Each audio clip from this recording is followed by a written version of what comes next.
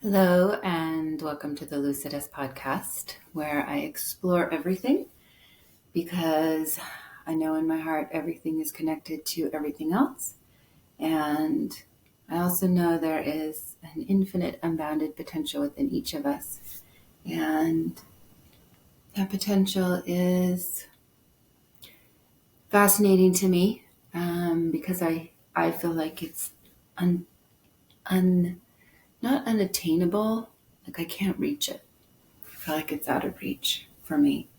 Um, I've always felt like that, and I don't know why. I've recently been listening to an audiobook. It didn't start with you. It didn't start with you. And why I think it's so, and there's nothing in it that I don't already know, but I feel like I'm in a place where 15 years ago, I was introduced to all this epigenetic stuff. It was so fascinating to me. Also diving deep into ancestral trauma, working with indigenous ways through that. But it's like I've come full circle many times, but as I'm coming full circle again, just the deep realization that so much was in play the moment I was born. And I'll tell you how that happened. So I know I mentioned, when I go to the gym, there's a theater room. So sometimes when I'm working out, I'll work out in the theater room and there'll be a show on. So I'm working out the other morning and the show is, I don't even know what it was. I think it was called Han Solo or Solo. It was a Star Wars. And it was the story of Han Solo before he was Hans. Oh, that was it. Yeah, it was like a few days of Star Wars. Because I caught that one, but that was, I'm confusing that. Or maybe I was. Oh, I can't remember. Okay, it was a Star Wars one. And I don't know the whole Star Wars very well, but it's at the end of the movie when Luke Skywalker and Princess Leia are born. And it was so fascinating to me to feel viscerally what it was for those two to be born into this enormous play of energy. Like so much was already in motion the moment they were born, and they had nothing to do with it. Nothing to do with it. They were simply born into this energy that so many other people and events had put into play, and they were just suddenly they're born into it. And so their life begins. And it just hit me more deeply than it ever has. I've talked a lot about ancestral trauma. I've talked about epigenetics. I've talked about so many things, but it's always been very contained. Like I have always felt like those were like more scientific, I should say, like very contained bits of information or pieces of whatever. And in that moment, I realized these words we have for it, ancestral trauma, epigenetics, we are using what for me, I feel like we're using these very sort of nice words to describe something that's cosmic. When we talk about ancestral trauma or epigenetics, we're talking about centuries of motion, millennia of motion, hundreds of thousands of years of people in motion, human, beings of all kinds in motion. And then we drop into it and suddenly we are part of this huge, huge cosmic, universal, many interdimensional forces at play. And we suddenly are supposed to know what to do. And we're supposed to fix it, or heal it, or anything it, and so it was just so profound for me to see these two little babies born, and I know it's not real, but it is real, Luke Skywalker and Princess Leia, and I see them born and I think, my God, like so many forces are already in play in their lives and they have no control. They didn't start it. they're not going to end it. And they have so very little control over so much of what happens. So it kind of made me sit back on my heels, so to speak, and go, whoa, like all the work I've done to understand epigenetics and how to change the course of my life, and all the work I've done with ancestral trauma and healing, and all I've done to try to change the course of my life and my lineage. And just for the first time realizing it's like the tiniest thread in a tapestry that's cosmic. So it was humbling. There was also a relief, because I've been very frustrated lately that after so many years and so much work, that I'm actually starting to see some pretty big shifts and changes in my life, just personally inside of me a lot, but it's also starting to exhibit in the outer world. But I'm starting to see it play out more in the people around me. And that, in a way, kind of breaks my heart. I thought that some of the work I could do would protect them, especially my kids. And I can't. I don't believe I was even meant to. But yeah, and sort of seeing the fractures that have happened in my life that have been so painful, moments where relationships have fractured, whether that's within my familial unit or within a friend unit or other communities. Like you just never, they're all so fragile. They're all so fragile. It doesn't matter how much love is there. They're all so fragile, and you never know when one of them, then there's going to be a fracture that puts a disconnect where there used to be great connection. So I just am in a place where I'm just deeply humbled by the enormity of it all.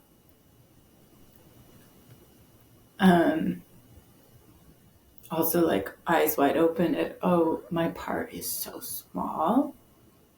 Not that it's insignificant, and I do see all the ways how important it has been, but still, it's just like, it's like when you look at the Milky Way galaxy, and you can't even, like, Earth doesn't even exist, our planet doesn't even exist in this one tiny galaxy of which there are, like, so it's like looking at the macrocosm and the microcosm at the same time and holding them both equally true.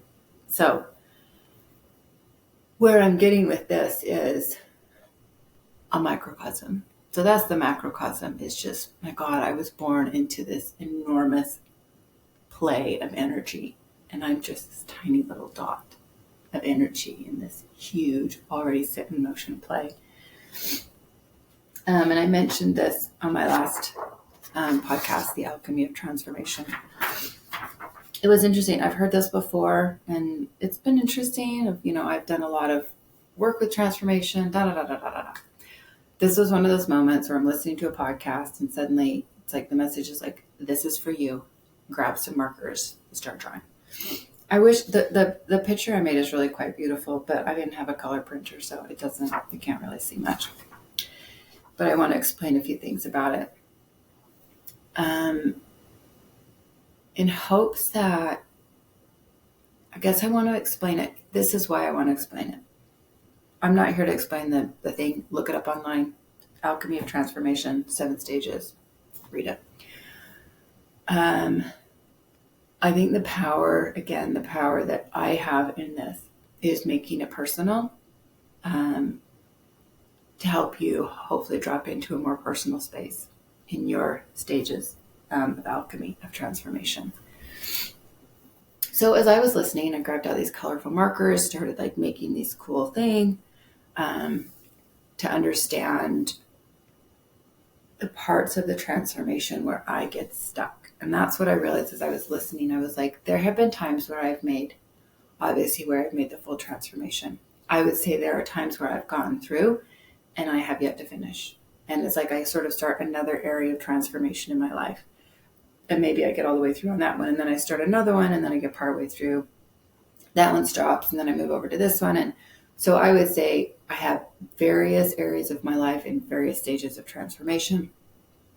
And I was curious because I'm ready to finish some that have sort of been on pause, waiting for me to understand what needs to understand. I don't know. I don't have more words than that. So the first two stages, from stage 1 to stage 2, is a really fascinating stage.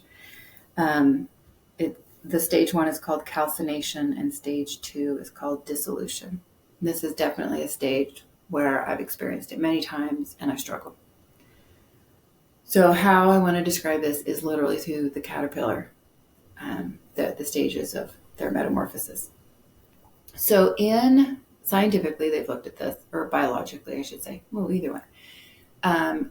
So let's say the caterpillar, we're going to call those the old cells. The old cells. So when the caterpillar spins a cocoon, and it has all of its original cells, all of those cells need to become something else. And so what happens is these new little cells grow, and they literally attack the old ones. They need to kill and destroy. They need to destroy the old cells. And this battle goes on. This war goes on. The old ones are not going to die. They're not going to be beaten, so to speak. And so they fight back. And so this war rages inside this tiny cocoon where these new transformative cells are attacking the old ones, trying to turn them into goo. And the old ones are like, no way. And so the war rages. And if the new cells are not powerful enough to destroy the old ones and turn them into goo, then it doesn't happen. The cocoon, it remains a cocoon forever, and the metamorphosis never happens. Butterfly never happens. So there have definitely been times in my life where I have felt this new life, these new cells coming in and needing to destroy what I am, right? But they're just turning me into goo. It's actually a very scary part of it, and I fight. I don't mean to, and it's nice to know that the butterfly does it as well. The caterpillar, is fighting for its life as well. Life. There's a certain amount of, even though life has always changed, there is a certain amount of stasis that's always fighting to remain the same, and both parts are needed.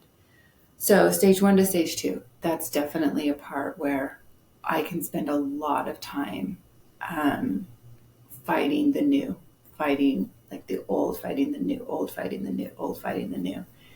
And I would say sometimes the old has won, and I haven't moved past that. So I can't think of one off the top of my head, but I feel it. Like there have been times where I just was not ready. It didn't happen. So we stopped there. That transformation didn't happen, moved on in life. And now that I think about it, I do know I can think of times when it didn't happen, and then months or years later, it did. So that the new cells were strong enough to turn the old cells and turn me into goo and begin that cycle. Okay, so then there's stage 3, which is separating into the different parts. Stage 4, which is like coming together in a new way. Stage 5, fermentation. All I'll say about that one is the other ones don't. Those are once I'm into 3 and 4, I'm pretty good. Like, got it. Yeah, we're doing this. Okay, it can be very fascinating. Actually, those can be very fascinating stages for me. The stage 5 fermentation. I would say I can become impatient there. Like, what is going on? Like, it's just stupid. I just think the whole thing is stupid. That's usually how I feel about stage 5. It's stupid. Okay, then the stage 6. It's called distillation. And this, I would say, is my Achilles heel.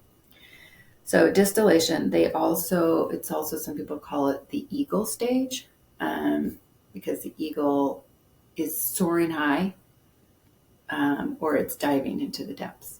And this is the stage of struggle, where it's literally called cycles of struggle, where you are soaring high, like, look, I'm doing it. It's also, sometimes they also equate with light and color, because it's where the butterfly is pretty much done, only it's got to break out of the cocoon. So it's struggling inside, struggling to break out of the cocoon. Here's the interesting thing. If you see a butterfly struggling to break out of the cocoon and you help it in any way, it never gets the strength to fly. It'll come out, open up, look beautiful, sit there and die. So what needs to happen are these cycles of struggle where you need, again, like the eagle, you soar, you're like, I'm doing it, like I'm soaring high, and then you just plummet and dive back down, where you're just like, it's not working. This is for me, my doubt stages. It's not working. I usually think I'm crazy. Why did I ever think I could do this?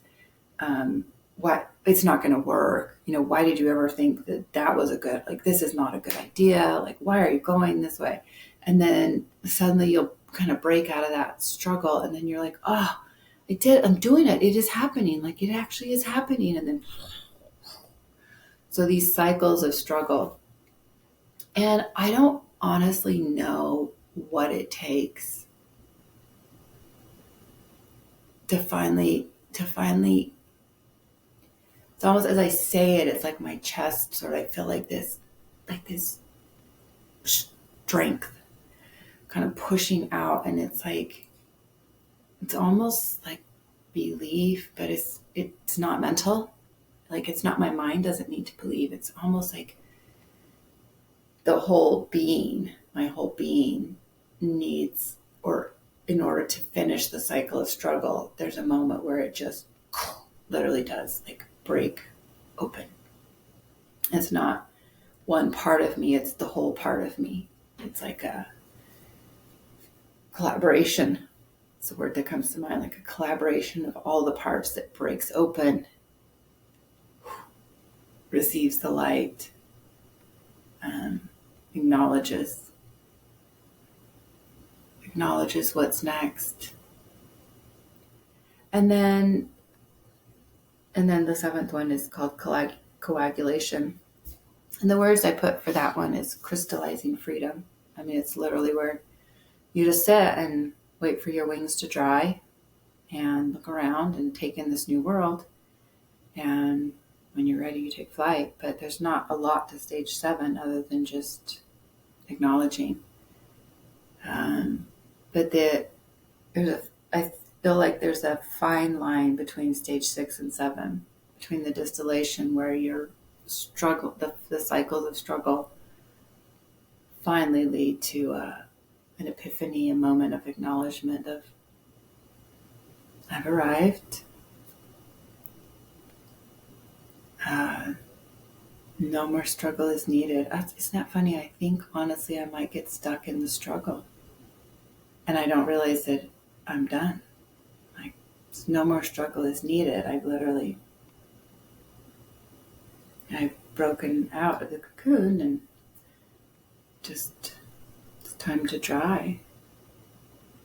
And acknowledge that I'm now a new thing, no longer a caterpillar. I'm some new thing, and I can now be that thing. That acknowledgement is definitely a moment where you acknowledge that not only do you not behave in ways that you did in the past, but you don't need to. They just don't need to anymore, that's been fascinating for me recently, to see myself behaving in ways I never have, ways that I really, I don't want to say admire, but ways that feel right, feel healthy, feel like best for here, and I just don't need to behave in those other ways. And I couldn't even say why. I I couldn't even say why. I mean, I suppose the butterfly kind of looks at the leaves and goes, I wonder why I'm not going to chew on those anymore. I don't know. I'm just not. Flies off to find a flower and goes, oh, I guess I do it this way now. I guess I do it this way now, which feels right. Right? I have a proboscis. I should, I'm going to pollinate flowers and live in the world of nectar until such a time that another transformation occurs. So I just wanted to touch on that.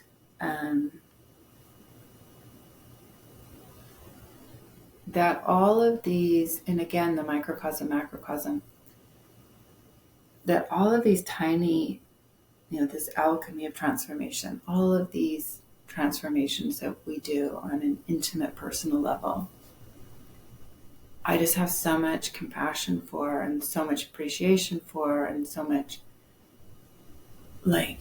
just the mystery and the curiosity. It's just so beautiful what we're capable of doing.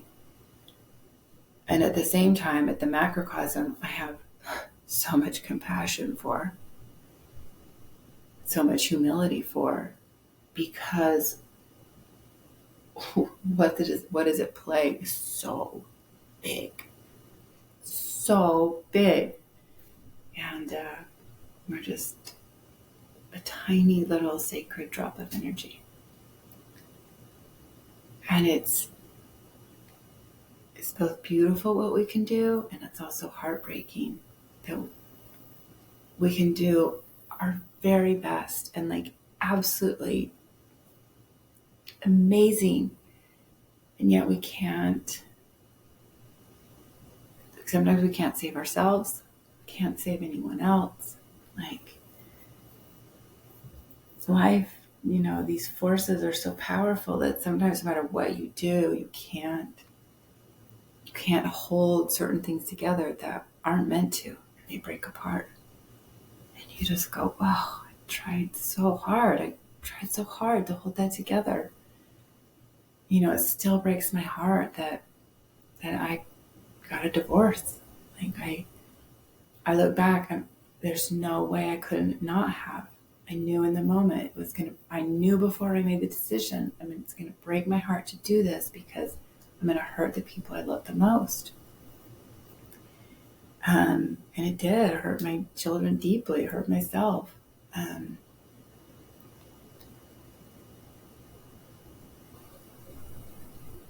So it didn't matter what I did. I couldn't hold that together. And then there have been other times where I've so desperately not wanted something to happen, not wanted something to come together. And the forces were so powerful. There was nothing I could do to keep them apart. So I think that's where the humility comes in, is that we continue to do our part, our piece, and we continue to just sort of head bowed and just say, I don't know. I understand so little. So little.